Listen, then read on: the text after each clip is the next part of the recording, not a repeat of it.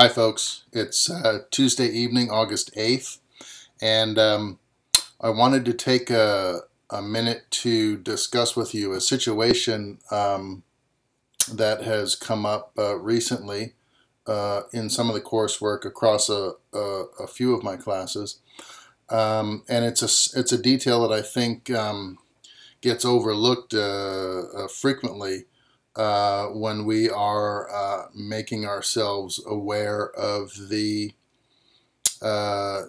student portal and the interactivity, looking at our assignments, accessing information regarding our participation in our coursework, and so forth. I want to discuss with you the student media policy for the Los Angeles Film School, as well as their particular rider concerning the use of weapons or illegal substances in the context of student films submitted for or to fulfill assignment work. So let me just shrink myself here and show you where to look on the LMS for this information. Please read it and understand that it's primarily coming from a place where there is a concern that folks that don't take either proper precautions to address these concepts while filming, or who perhaps don't have adequate experience to address the requirements of filming these types of sensitive topics. We're hoping that you would choose to avoid them at this point, but it's understood that there are times when these concepts are appropriate to address. And on those occasions, we want to make you aware of some guidelines so that you can follow through with your plans and submit your work responsibly, following safety guidelines, and also following the documentation requirements of hot button topics, we call them. So let me bounce over to the LAO or LMS, depending on what side you're looking at it from, and show you how to find these materials. So this is I don't know. This is a course. I think this is digital image making, actually. But at the bottom, you see week 2, week 3, week 4, and then usually after your 4 weeks of coursework, you have your student evaluation, which you turn in, and then some additional course resources, and then there are some online policies at the very bottom. So you have your online student handbook, you have your student late work policy, which I would also encourage you to read, because lately we've had a string of late work. But more importantly, here's the student media policy here. And if we open it up, you'll notice that, well, I can open up the documents myself. If you open it up, what you will find are several documents. The first is a PDF that discusses the overview of the media policy, and it is, see if I can make it bigger here for you. It's fairly explicit, and it outlines the policy itself. It tries to define the types of products that may involve this sort of work, namely video or still photographic images, and it addresses some specific areas of concern. We have alcohol and drugs, and it defines the official Los Angeles Film School position on the use of illegal drugs and alcohol by minors depicted in videos as assignment coursework submissions. And here are weapons, and it also takes a great deal of time and effort to outline how it defines weapons, and if you have any questions, how to go about getting those questions answered. And one of the supplements to this policy is the weapons. Oh, that's not it. Sorry. It's the weapons detail here. Let me find it in my policy docs. There we go. Weapons packet. It's called the weapons packet. You get this from your instructor, are preparing to address a concept in one of your projects that will involve the use or the depiction of weapons. And it clearly demonstrates weapons usage, the description of the description of weapons, the list of dangerous weapons, what it considers weapons by definition, and you'll notice that it pretty much covers everything. Here's handguns and rifles, shotguns. It includes BB guns, and it also, believe it or not, includes, if I'm not mistaken, air rifles and any device. I think it defines it as any device, yes, that can launch a projectile from any distance. So that's fairly explicit. So they don't really want you, yeah, even a slingshot. Here's slingshot on the list. So they're being fairly clear. They don't want you to use these things if you are, certainly if you are not educated in the safe use of these items. They also don't want these things depicted in ways that are not considered acceptable to an institution of higher learning. We have to be very careful. There are legalities here. They're asking that you address your instructor 5 days prior to taking action on your film project before you depict these things. And here's the kicker, right? Compliance. Failure to comply with the school's prop weapons policy will result in a 0 on the assignment. Failure to adhere to requirements can have a negative impact on production and graduation completion schedule. Okay, so it gives you a nice little checklist here of things to make sure you do prior to attempting your film. It also has a place for you to sign the agreement and to submit it along with your coursework materials so that we have a record of it.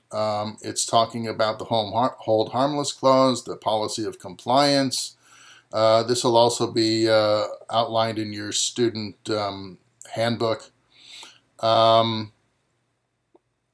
It is discussing, the legalities that are possible as a result. It's asking for your production title, your name, any pertinent information, the submission of your safety plan, and the use of your prop weapon. And that's going to include functioning apparatus and material. Typically on film sets, we will use some form of modified firearm. In other words, we won't necessarily use devices that you could procure off the street, say at a gun store or at a sporting goods store. Very often, the firearms on a film set have adapted in some way to defeat their ultimate purpose of fully functioning performance.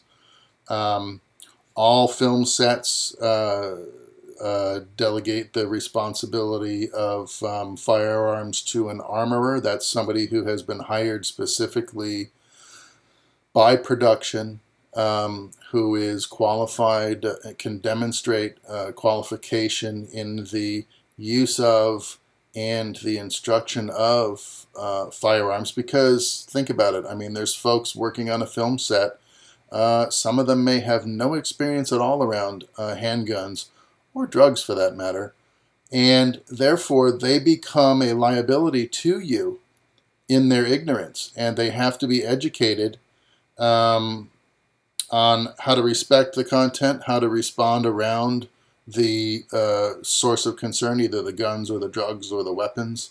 They need to be given instruction on how to proceed on set with their own work and their own concerns in the presence of these items, and that's something that that cannot be avoided. And these are lawful guidelines set forth for us as filmmakers by OSHA. This is a federal thing, folks. This isn't this isn't a bunch of liberal-minded acquiescence to stringent gun politics. This has nothing really whatsoever to do with politics. It has to do with keeping everyone on a film set safe from accidents that can happen as a result of these illicit substances or props being mishandled or misused in any way.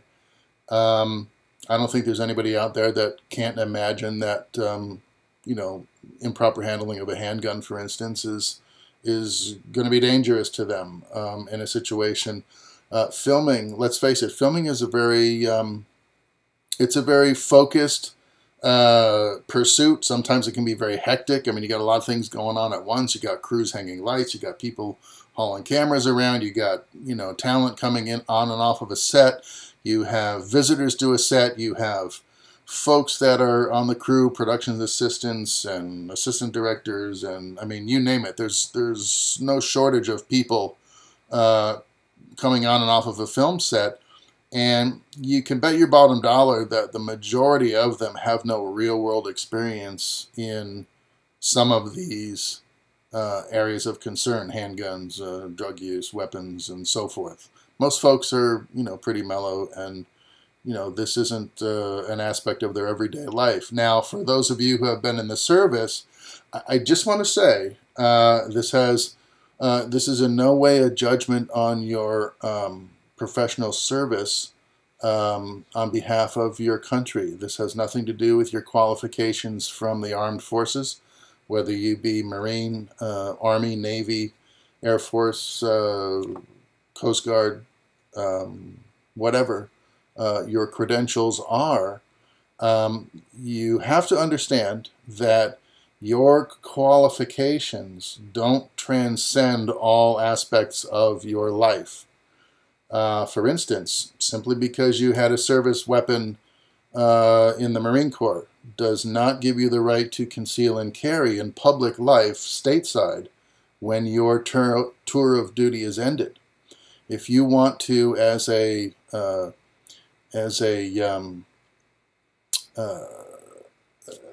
readmitted civilian to the population, if you want to carry a handgun, you have to get a permit.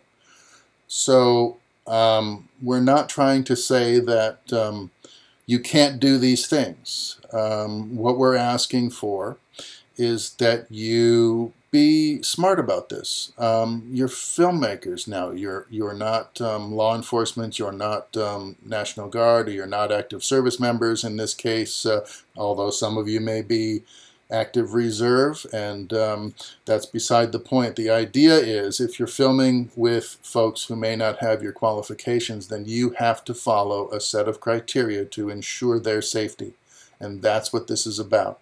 This isn't about you as a person, whether you're good or evil as a Second Amendment enjoying citizen and a gun owner or enthusiast. It has nothing to do with that. Those are sideline politics that belong on CNN. What I'm talking to you about is responsible filmmaking and the idea that not everyone may have your worldly experience concerning the use of drugs, firearms, or weapons. So please you know, think about this and address this topic from that perspective, because that's really the only perspective that we're going to have on this matter.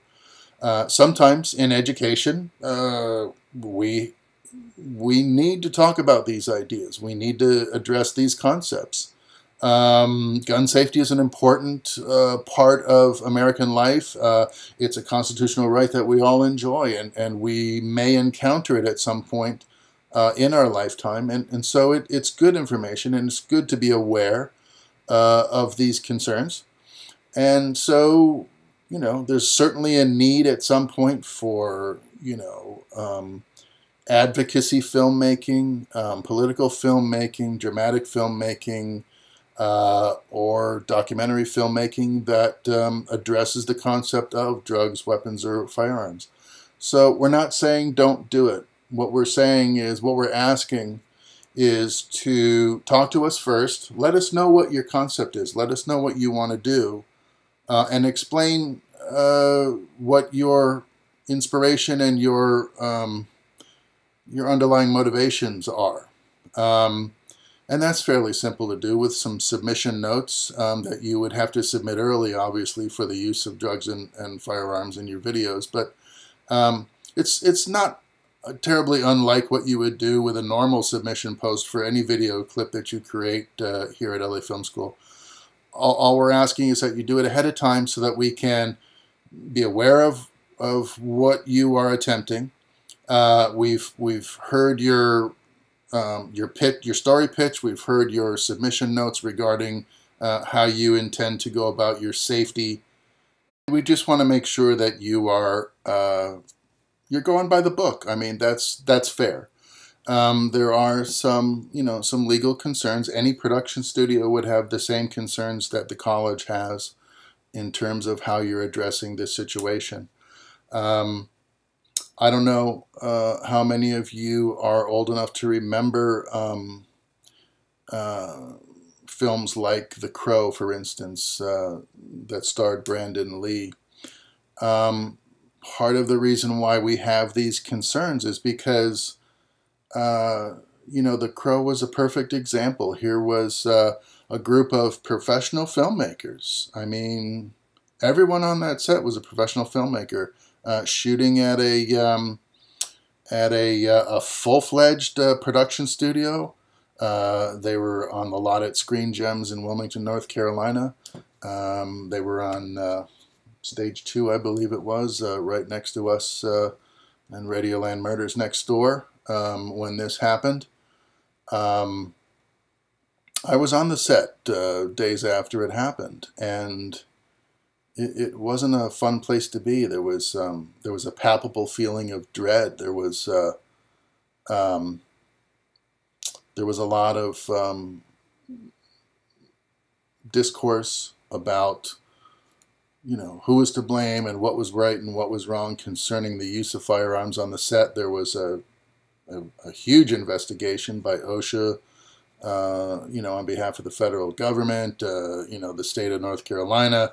Local law enforcement, everybody got involved in this and spent months deliberating over the events, the causes and effects that led to the unfortunate and premature death of Brandon Lee on the set during filming.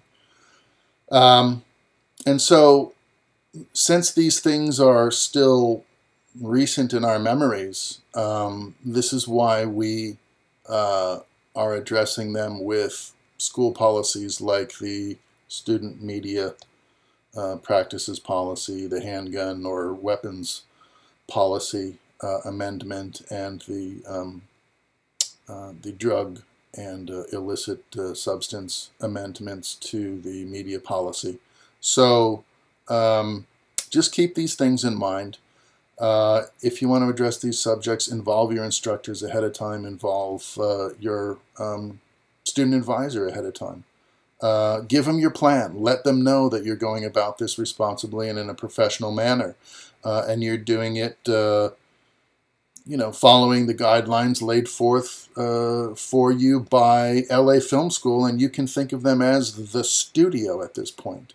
I mean, you'd have to do the same sort of documentation and accountable paperwork if you were doing this for Sony or Warner Brothers or Universal or any of these big production studios that do this sort of thing all the time. And let's face it, it's everywhere. It's on TV. It's in the movies. It's online. We know that people are shooting content that contains these hot button issues, and that's okay as long as we know that at the end of the day, everyone went home to their families and everyone was safe, and they experienced a productive, safe working environment that included things like drugs, weapons, and so that's it.